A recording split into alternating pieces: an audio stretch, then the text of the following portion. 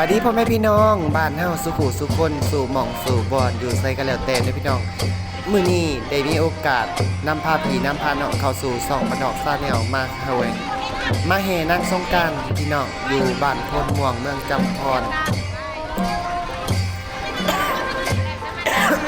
โอ้ยเป็นรัดเป็นไอพี่น้องเลยขอโทษขออภัยหลายๆเนาะนำพาพี่นำพาน้องมาแห่นางสงกรานต์ในวันขึ้นปีใหม่ลาว2568พี่น้องถือว่านางสงกรานต์ปีนี้ถือว่าบ่ธรรมดาพี่น้องป่ะเว้าหลายใหญ่หันพี่น้องไปแล้วไปเบิ่งนำกันพี่น้องมาพี่น้องมื้อนี้เฮาก็มาแห่นางสงกรานต์หรือว่านางสังขารในวันขึ้นปีใหม่ลาวพี่น้องก็คือยามเดือน5เพ่งนะพี่น้องเนาะก็สงกรานต์ก็มาฮอดบ้านเฮา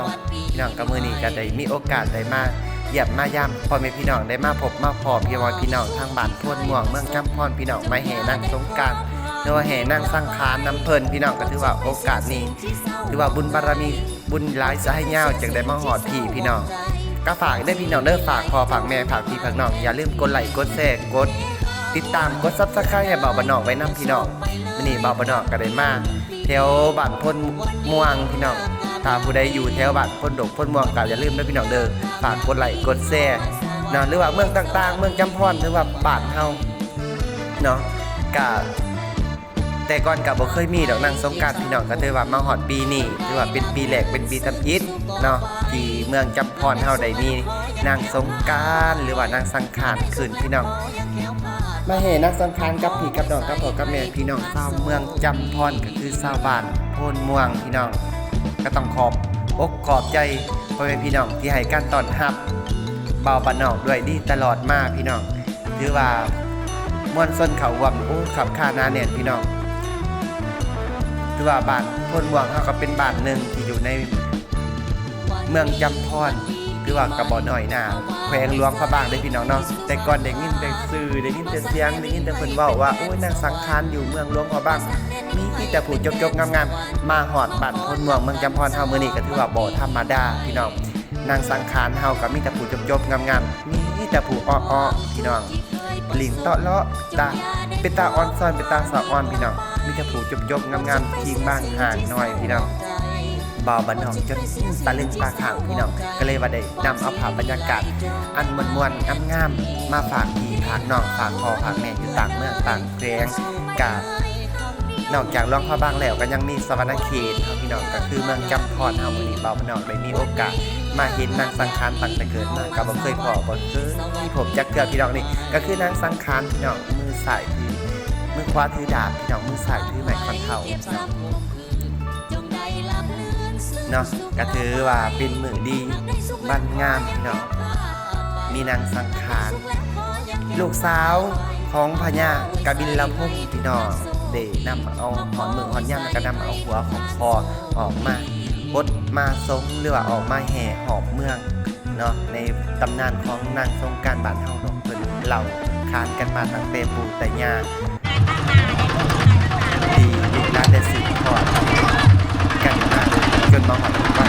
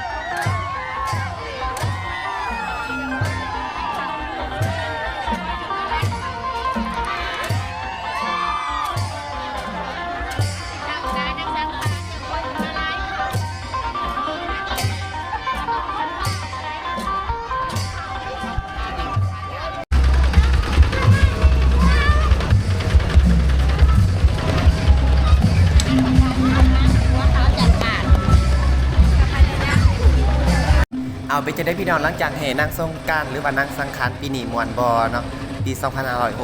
2567 ตอนหับปี 2568 ถือว่ายิ่งใหญ่อลังการอยู่บ้านโพนม่วงเมืองจำพรเป็นจะได้พี่น้องถืออกถือใจก็อย่าลืมฝากกดไลค์กดแชร์กดติดตามกด Subscribe ไว้พี่น้องพอกันใหม่คลิปหน้าสำหรับปีนี้บาบานอพร้อมทีมงานและก็นางสงกรานต์พี่น้องขอจากพี่จากน้องจากลาท่านผู้ชมไปก่อนสำหรับปีนี้ปีหน้าพอกันใหม่บ๊ายบาย